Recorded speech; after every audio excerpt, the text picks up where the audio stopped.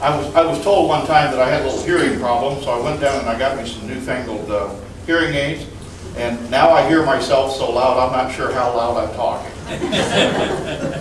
And because of that, they put a lavalier on me. I want to start tonight by doing something a little different. I want to start tonight by talking about what happened on Memorial Weekend, just a couple of weeks ago. You know, the Republican Club had planned to do a 10 o'clock on Saturday memorial service at the courthouse in front of the Veterans Monument that's there. And then they also planned to do one on Monday at 10 o'clock, which would actually be Memorial Day. At 10 o'clock on Saturday, the Republican Club was there. They had the mics. It was a relatively short ceremony, but there was also a bike show and a car show going on. And many people stopped, paid attention, took their hat off while the prayer went on, and truly, our fallen heroes were memorialized that day in the midst of a busy schedule. But then afterwards, the American Legion came up and told Mike that they had planned an 11 o'clock on Monday ceremony at the same location. And Mike, I'm going to give him a lot of credit here, did not argue. He said, thank you. And with Ike Eisenhower's help, we had heard that there was a war memorial, Veterans Memorial, sitting in front of the fairgrounds that had fallen into complete disrepair. Had grass this high, the ropes on the poles weren't very good. And so on Sunday, a group of the Republican Club went down and cleaned it up. They mowed it, they weeded it, and they actually did the work. And at 10 o'clock on Monday, we actually had a memorial service at that memorial. What was best is the cars that stopped and people got out. People we didn't know, but they knew it was Memorial Day weekend. And they came over, and we had a very short ceremony, a couple of very short speeches. Charlie probably did one of the shortest prayers I've ever heard him do. And then it was finished with my wife singing Amazing Grace a cappella. I can tell you, I, at that point, was never so proud to be a member of the Republican Club in San Jacinto County. What I saw was true leadership in action. Not talking about it, not beating on her chest, not doing any of that, actually getting out in the community and doing something. And that's the kind of leadership that we're going to have in San Jacinto County to turn our county around. But I just want to take a minute to compliment these fellows because they did it.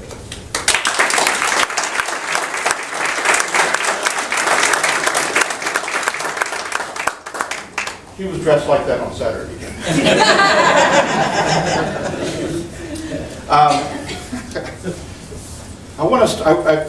I was not going to do this, but I figured I might as well. I got something on the internet today, and I don't often just start off with reading, but I wanted to read this to you. A teacher asked her 6th grade class how many of them were Obama fans. Not really knowing what an Obama fan was, but not wanting to be liked by the teacher, all the kids raised their hands except for little Johnny.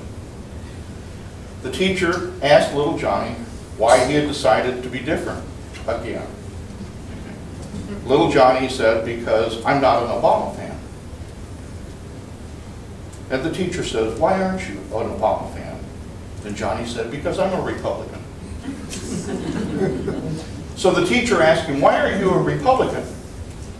And little Johnny answered, well, my mom's a Republican, my dad's a Republican, so I'm a Republican. Annoyed by this answer, the teacher asked, well, if your mom was a moron and your dad was an idiot, what would that make you?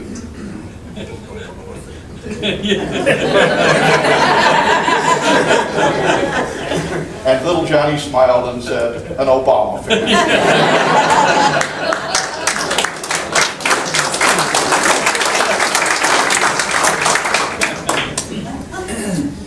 We're gathered together tonight to enjoy our fellowship, and I can't tell you how pleased I am to see such a large crowd. Tonight I'm announcing that I am a candidate for the county judge of San Jacinto County.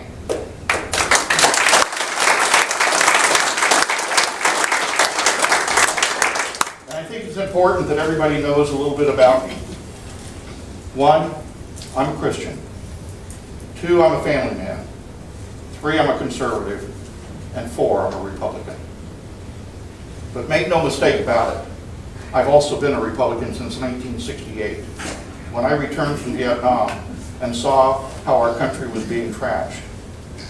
I kind of get tickled when I hear all the hue and cry today about the $6 trillion that Obama has spent. But where was the hue and cry when Lyndon Johnson took $6 trillion from our Social Security fund and put an IOU in its place and created our giant national debt? By the way, that fund today, had it not been extracted, would not require anybody to input to continue to pay every Social Security recipient in the United States. So we've been on a kind of a slow decline for a long time. And we've got to be aware of those things. The other problem that we've got is that the lines, they blur, they go back and forth. We used to see conservative Democrats and some liberal Republicans, and I guess everybody would like to just finally define the line, but it's really kind of hard to do. Sometimes you have to look and see how people are actually living, what they're doing. Look at their actions and pay attention to what their real leadership role is. Now, a lot of folks are unfamiliar with the role of the county judge. They know who he is, not really sure what he does.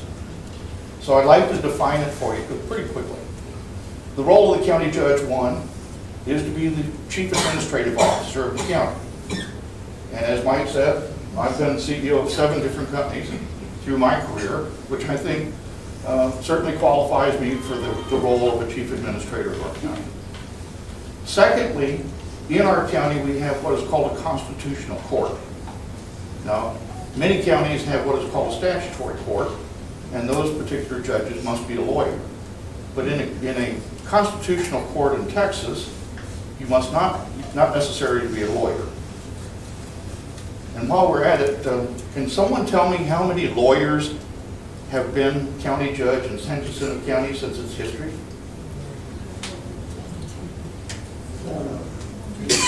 2. That's a surprising number, I'm sure. But if you'll take a look at it and then stop and listen and think. If someone says, oh, how can he run for county judge? He's not a lawyer. Well, he just indicted every previous county judge that's not a lawyer in this county. So pay attention to what's being said. I was very pleased last week to complete all of my work for probate judgeship. And by September, I will have also been brought up to speed on criminal and civil procedures.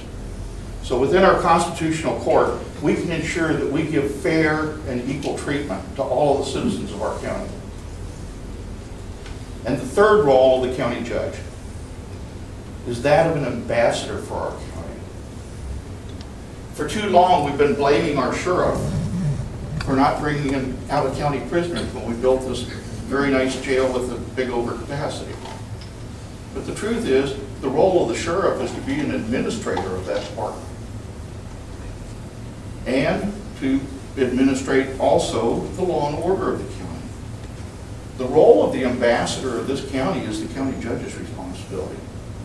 They're the ones that reach outside the county and mingle and talk with the other county judges and the other government entities.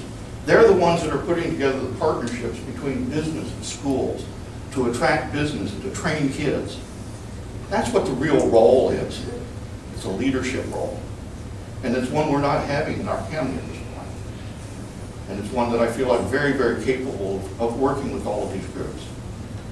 So, based on all of that, one would look and say, well, certainly qualified, but why should I vote for you? Well, the truth is, our county has got a pretty sordid past. Makes it difficult to go into another county and talk to them about San Jacinto County, because what they remember is not what we did lately, but they remember this a lot. It's Terror 59.